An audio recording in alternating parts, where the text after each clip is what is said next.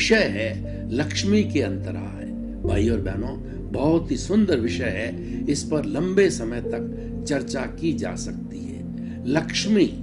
लक्ष्मी का अर्थ होता है धन, दौलत, भौतिक समृद्धि। एक लक्ष्मी जो होती है वो आध्यात्मिक लक्ष्मी भी होती है, जिसको श्री लक्ष्मी कहते हैं। वह आध्यात्मिक संपदा को बढ़ाती है, मुक्ति की ओर ले जाती है। लेकिन आज का जो हमारा विषय है वो भौतिक समृद्धि, भौतिक रूप से लक्ष्मी के लिए है। लक्ष्मी के लिए कहा गया है कि कमला थिर न रहीम कह, यह जानत सब कोय, और पुरुष पुरातन की वधु, और क्यों न चंचला हो। यहाँ पर जो है वो ये चिंतन देने वाले ने, ये संत पुरुष ने लक्ष्मी पर व्यंग कसा है कि लक्ष्मी जो है विष्णु भगवान की पत्नी, और विष्णु भगवान पुरुष पुरातन बहुत बुजुर्ग है, और लक्ष्मी उसकी चंचल, उसकी जो है युवा पत्नी है।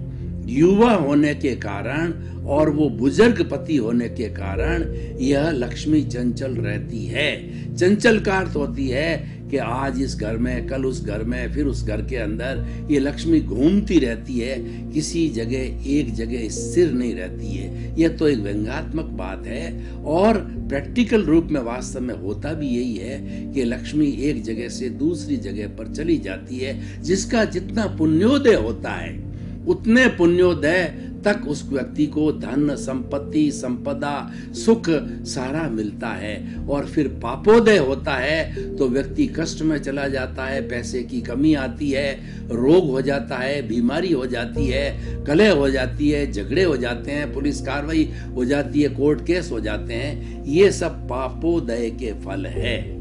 तो आज का जो हमारा विषय है लक्ष्मी के अंतराय। अंतराय का मतलब होता है कि अभाव होना।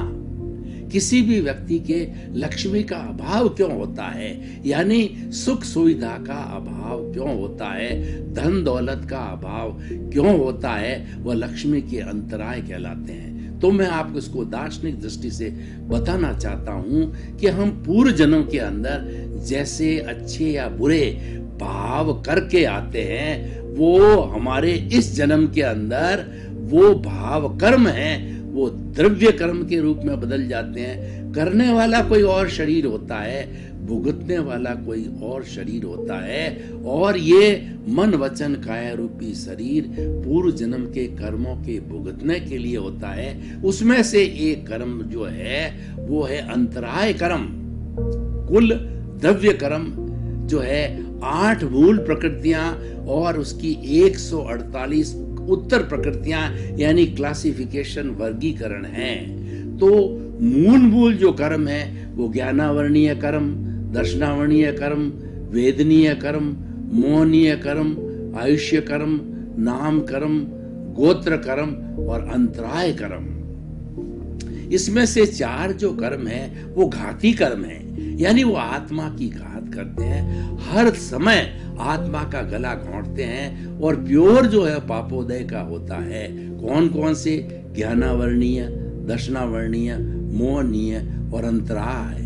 तो जिसकी आज हम चर्चा कर रहे हैं ये घाती कर्म है, ये आत्मा की घात करने वाला होता है। और 4 कर्म अघाती कर्म कहलाते हैं, ये सारे द्रव्य कर्म हैं। और कर्म को अगर मैं आज के इस संसार का ईश्वर कहूं तो कोई अतिशयोक्ति नहीं होती है, क्योंकि कर्म एक प्योर मैथमेटिक्स है। कर्म जो पौद्गलिक परमाणु है, कर्म के जो है वो परमाणु होते हैं, क्वांटिटी होती है, वॉल्यूम होता है, और प्रकृति, स्थिति, प्रदेश, अनुभाग होता है, यानी प्योर मैथमेटिक्स है। हमारे इस दुनिया के जजेस के द्वारा गलती हो सकती है, लेकिन कर्म के द्वारा कभी भी गलती नहीं होती है। कर्म के भुगतान के लिए कहा गया है कि जैसी करनी वैसी भरनी। As you will sow, so will you reap. जैसा बोओगे वैसा काटोगे, जैसा कारण होगा वैसा कार्य होगा। प्रकृति का नियम है कि बिना कारण के कोई भी कार्य नहीं होता है। Without the cause there is no effect at all.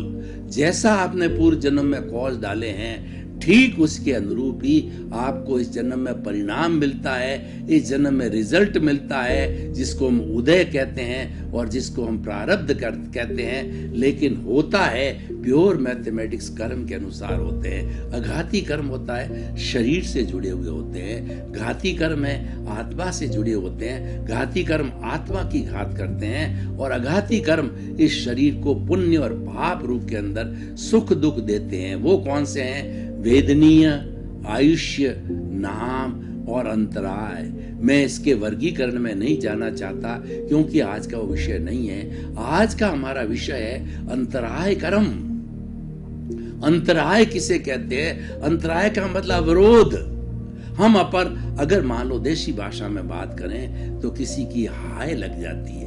जब हम किसी गरीब आदमी को या किसी दुखी आदमी को, किसी परेशान आदमी को सताते हैं तो हमें हाय लगती है, वह अंतराय लगती है। और जिस रूप में हमने उसको कष्ट दिया है उसी रूप में हमारा अनुभाग, उसी रस में, उसी अनुपात के अंदर हमको दुख जो है वो नेक्स्ट बर्थ के अंदर भुगतना पड़ता है।